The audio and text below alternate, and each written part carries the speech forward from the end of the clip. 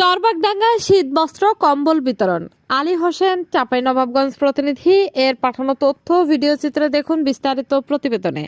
2025-26 অর্থ বছরের চাঁপাইনবাবগঞ্জ সদর উপজেলা অসহায়, দুস্থ ও শীতার্ত মানুষের মাঝে দুর্যোগ ও ত্রাণ মন্ত্রণালয় হতে বরাদ্দকৃত বিনামূল্যে কম্বল বিতরণ করেন আজ।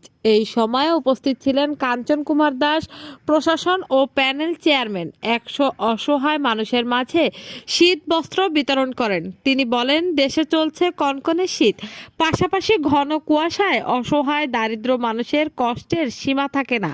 সরকার থেকে এই 100 পেয়ে বিতরণ করেছি অসহায় মানুষের মাঝে। এই সময়ে একজন অসহায় ব্যক্তি বলেন, আমরা এই কম্বল পেয়ে অনেক খুশি। কনকনে শীতের মাঝে আরেকজন বলেন, এমন কম্বল যদি প্রত্যেক শীতে বিতরণ করেন আমাদের মতো সাধারণ জনগণ উপকার হয়। শীতের মাঝে কম্বল পেয়ে আমরা অনেকটাই খুশি।